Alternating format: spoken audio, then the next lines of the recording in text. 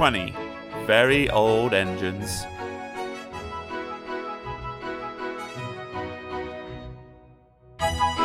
Story 3. Stick in the Mud. The manager was as good as his word, Scar-Llyn continued. I came from the works with 6 wheels and a cab. A cab is the latest thing for engines, he told me. I hope it will cheer you up after your disappointment. Rheneas chuckled. It cheered him up too much, and those silly coaches made him worse.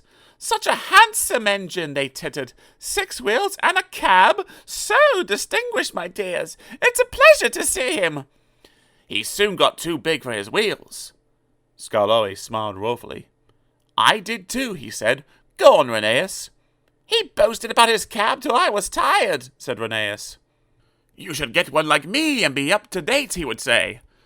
No, thank you. You look like a snail on that horse on your back. You don't go much faster either. Slow am I? Let me tell you. Who was late 3 times last week? Oh, it's no use talking. You're just an old stick in the mud. He called me more names and we quarreled. We ended up back to back, not speaking. It went on for days and days.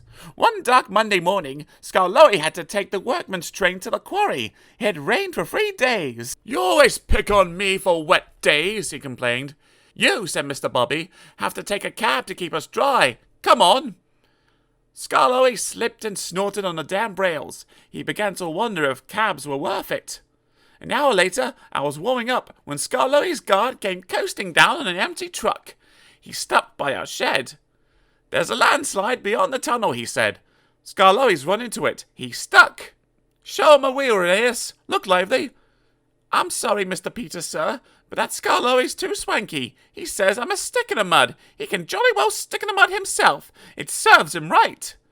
But, went on my driver, there's poor Mr. Bobby and the quarryman.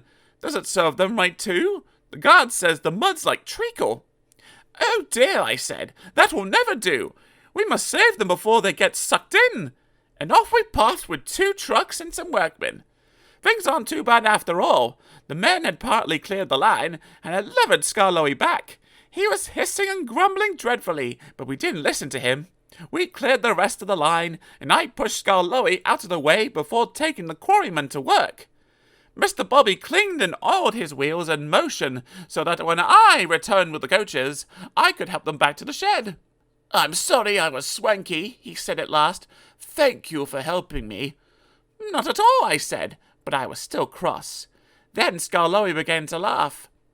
I'm the stick in the mud after all, he gurgled helplessly. Not you. I laughed too. I couldn't help it. He looked so funny. We were laughing when the cleaners came. We were still laughing when they left. Poor engines, they said, tapping their foreheads. But we weren't mad. We learned sense, and we've been firm friends ever since. It was nearly dark.